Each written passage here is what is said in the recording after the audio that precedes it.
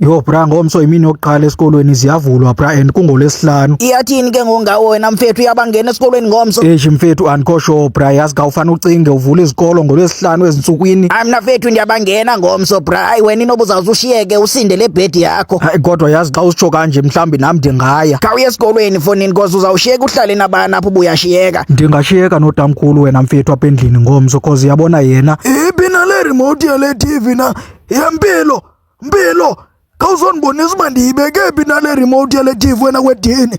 Mfethu ayilo cebo lihle elo tu. Injalo mfethu. Ye kwaito mfethu, yazi ndicinga uba ndingakwazi ushiyeka nomakhulu ngomso. Ye wena mpilo khawuzohlamba izitya ezi wena mntana ndini. Xa uzazi ukuthi awuyanga esikolweni funeka uzazi ubuzondiphumza uhlambe ezi zitya. Uthena lo mntana na uphi nalo mntana na? Mina mfethu ndiyacebisa ubuye esikolweni bra cause ubuzawushiyeka nomakhulu uzakwenziswa yonke into ekulapha kule ndlu. Kuze unyanisile mfethu. Make ndiyapha ekitchini mfethu. Shosho mfethu ndizakulandela kungekudala. Hayi bona mfethu uzandilandela.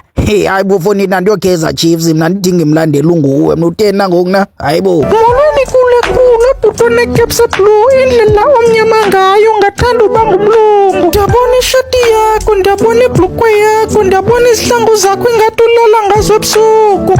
Khawuzapha ye wena nhloko enkulu unxiba igambuthi ebusuku inoba zinuka kakhulu. Yeke awazi sikuphetheyo singathatha nditsho notshomo wakho simenze inyama ephelelweyo. Hey nontombi ndivile uthandana nendoda engakondli indlela obhitye ngayo ingathi uzothi ulambile. Xelela indoda yakho ikuthengele iapile ukuhlafune mani.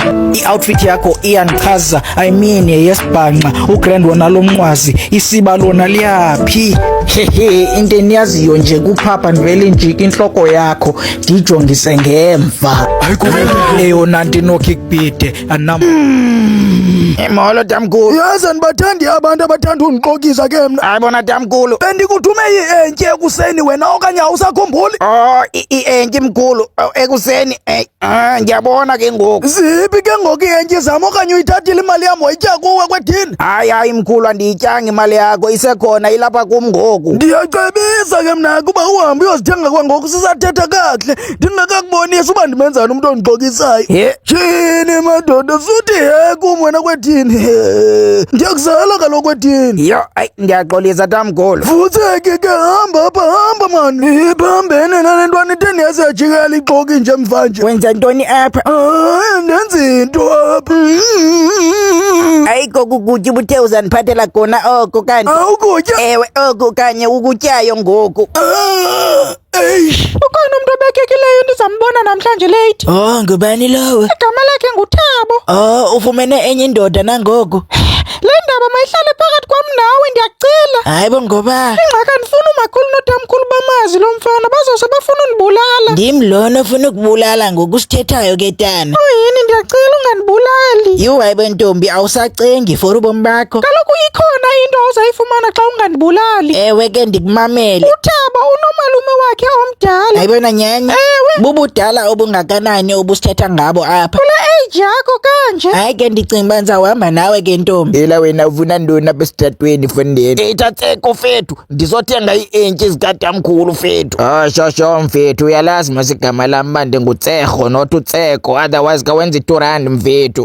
Mfethu andinamali iphelele kwezi entyi yonke. Ela uyayazi uba mna ndiyayazi uba wena uyayazi uba mna ndiyayazi uba wena unayo le R2 lena endiyicela kuwe otherwise uphi umkhuluwa wakho? Andimshiye phaa endlini mfethu. Sho mfethu otherwise ndiyayazi uba unayo le R2 qha uyandivimba wena masa. Ya mfethu ndicela uba wena uyandivimba mfana. Uyaya esikolweni ngomso mfethu? Isikolo? Hayi bona ngomso sisikolo na? Ya fethu siyavula izikolo ngomso. Ke ngoku izikolo sivulwa ngolesihlanu entsukwini. Ewe fethu. Hayi yela mizuzu andizuyenza loo nto mna kawufana ucinge ndiphakame ekuseni ndithi ndiyavuka ndiyovula izikolo ngolesihlanu. Asoze ndenze loo nto. Kodwa ke okusalayo ziyavulwa ngomso fethu. Ya masivule zona otherwise mna ndinento ezininzi zokwenza kunoba ndiyovula izikolo ngolesihlanu mfanam. Ya fethu otherwise uyavimba wena mfethu. Bese kushiyeke kancinci uba ungabuyi.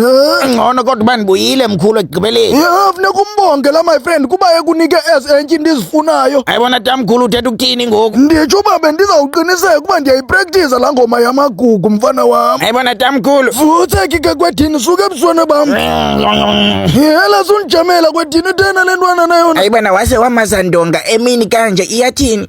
Makhulu benzazama ufaka le makeup yam entsha uyayibona kodwa pha kum ebusweni. I-makeup entsha uhlala uqabe le makeup uyiqabileyo nje uzama ukuthini xa usithi entsha? Hayi makhulu nothi lena yabona lena ndiyifakileyo yona intsha shem ndithembe. Uqinisekile? Ewe makhulu ndiqinisekile xa uyijongile ibukeka kanjani? Ibukeka ngathi nguwe khona utheni ufaka i-makeup yakho apha etoilet nje mntanam? Ubuzawuthini ke ngoxa kunongena umntu ongendim abe efuna usebenzisa itoilet ephisiwe asathi gqi abhwaqe wena ulapha? Makhulu awunayo iroom yakho engeyiyo i-bathroom namntanam apho unokwazi ukuziphonononga? ingxaki makhulu nam besendiphuma nje kungekudala benzawuphuma. Okay ke mntanam ndiyacebisa uba ingathi ngokuphuma kwangoku cause mna ndifuna utoiletha ngoku. Okay ke makhulu ixolo. Ndizobe ndisetawuni namhlanje singadibana kwa-KFC. Hayi bona lo mntana uzobe esetawuni nyhani na namhlanje? Hayi mandihambe ndiyolungisa kaloku. Yho mfethu yazi la mntana uzobe esetawuni mfethu namhlanje. Umntana hayibo iyathini na ngowena mfethu unetsheri ngoku? Nditsho lo wana bendikuxelela ngayizolo fondini hayibo. Yho afethu mna bengicimba uyadlala mna bra ingxaki wena isibe ngathi uyadlala kuzo zonke into ezidibene namantombi othetha ngazo yabo. Ngomtsha kaloku lona ndithetha ngaye mfethu efuneka ndilungiselele. Ulungiselele? Hayibo iyathini na ngowulungiselela ntoni ngoku? Ndizolungiselela udibana nalo mntana fondini sawudibana e-KFC yabo. KFC ha? Uyakhumbula uba wenzeka ntoni ugqibela kwakho ukuthi uzawudibana nentombazana wena mfethu e-KFC? Kwaito mfethu kunalo mntana omtsha wena mfethu endizawudibana naye e-KFC ngomso. Hayibona nyani na mfethu hayi zindaba ezinhle mosezi yazi nditsho uba kungcono uba wena unayo intombi entsha mfethu mna nayo nditshe nalena indala yabo. Ya mfethu hayi mani bendiyolungiselela yazi. Sekuphele i-3 hours and a half oko ndilapha. Ubi nalo mntana na? Eyona nto yenze uba ndifike early kunelaa xesha besilibekile nalo mntana yazi. Bendingafuna uba late ke yazi. Hey kodwa nguye ngoku late. Yho phofu late kakhulu kunelaa xesha besithethe ngalo. I-3 hours and a half ngqo oko ndihleli apha. Akaveli novela lo mntu. Yho KFC uzawuvala in just 30 minutes hayi shem. Ndishiyeke ndedwa nje qha apha kule ndawo. Hayi ndiyahamba mna shem. Nafethu akuzufana nalamini yabona namhlanje. Ucinga njalo? Ya mfethu ndiqiniseke kakhulu ngale nto ndiyithethayo. Yabona lo mntana mfethu undithanda ukogqitha lo wana ungasange athi afike e-KFC. Yabona mfethu uqinisekile? Andiqinisekanga nje kuphela mfondini ndiyayazi. And ke futhi yabona lona umntana ndiyayiva nje apha egazini uba yena lona umntana uzawuya e-KFC. Hayi mfethu mani kawuyeke ke ndibe ndisiya mani ndikushiye ngoxolo. Wo yela wena mpilo kawenza i-2 mfethu mani. Ewe ke nakuwe Tseko. Yela wena mpilo funeka ndikuxelele kangaphi ukuba igama lam nguTsekho hayi uTseko. Ndiyaphila namakhondo wena Tseko mfethu. Yela wena mpilo igama lam ayingoTseko mani uthena. Okay ke Tseko nam ndiza kubona later mfethu. Yazi andithandi xa ezintwana zinibiza ngoTseko yazi zizawubhatala. Phofa nayo nenkawuza lena okanye ijoint. Hayi akho nomuntu okwazi undinika i-R2 eyona mali incinci endinoke ndiyicele emntwini. Hayi makancinci xa ezantwana ziyi-2 umpilo nokwaito zingakwazi uliyeka eligama lithi Tseko. Hayi ndicinga uba inoba zizawubhatala for ulisebenzisa. Xa benokwenza kanjalo ndingazibona ndineenkawuza nejoint ezininzi. Lihle licebo lam lingasebenza. Hayi ke kungcono uba ndifike early kakhulu kunelaa xesha besithethe ngalo nalaa mntana. Mhlawumbi emizuzwini eyi-5 or eyi-10 uzawube selapha laa mntana. Mandivele ndimlinde okwangoku ndiyazi uba ke ngonza order xa efikile. Inkosi isigcine kwade kwalapha wena Taloid. Unyanisile mfundisi uIsaac. Ndiyavuya nokuthi ndikwazile uzolibona elinye lamarhamente wam. Kukho umbuzo endinawo for wena mfundisi uIsaac. Hayibo nyani? Ewe nyani njengamfundisi unoba ungayazi impendulo yalo mbuzo.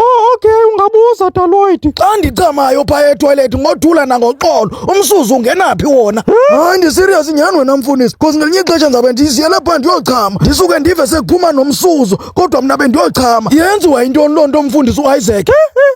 Sekudlule i-hour nje kuphela oko ndilapha lo mntana kakaveli. Ndiye ndilamba mpela ngokwenzeka ntoni na kulo mntana na? Nolitha Anita bayephi na aba babini na? Yazi oko ndithe ndakhupha uAnita etoilet kange ndiphinde ndibabone aba babini. Inoba baphi na kona na aba bantu na? Ayibona sithandwa sami, ingaba yonke into right? Sithandwa sami, ngiyakubona uyahleka and uhleka wedwa. Ungaba uhleka ntoni? Zientyi ezinjani na ezo uzitshayileyo napho nini? 2 hours yonke ngokoko ndilapha and lo mntana kade avele lona. Inoba kutheni le nto isenzeka kum na? Yho, hayi inoba uphi na lo mntana na? Hayi oko ndihleli apha ixesha elide andilambile mna ngoku. Yabo into endizawuyenza ndizawuorder nditye then ndihambe ndigoduke shem. Awu Thabo, ndiyavuya uba ndide ndafika kule ndawo uhlala kuyo, yazi. Nam ndiyavuya ukukubona ulapha, yazi. Yho, phaya kwamakhulu wam oko ndiyangxoliswa mna shem, and akufunwa tu noba ndikhululeke, kodwa apha ndiyaziva uba ndikhululekile. Ewe, nam ndiyakubona uba sowuziva usekhaya. Ubungazuza nodabawo wakho kanti Anita.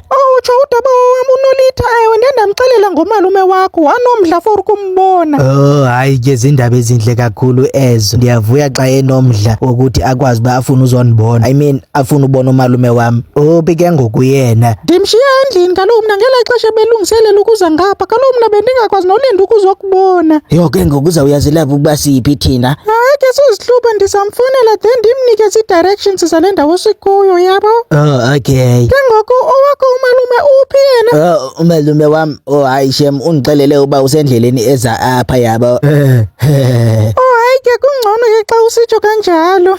Ndiva ivumba lentsangu lisuka apha kuwe wena. Utshaya intsangu ke ngoku. Ingazange ndakubona utshaya intsangu nje oko sadibanayo. Inoba lokufundise loo nto.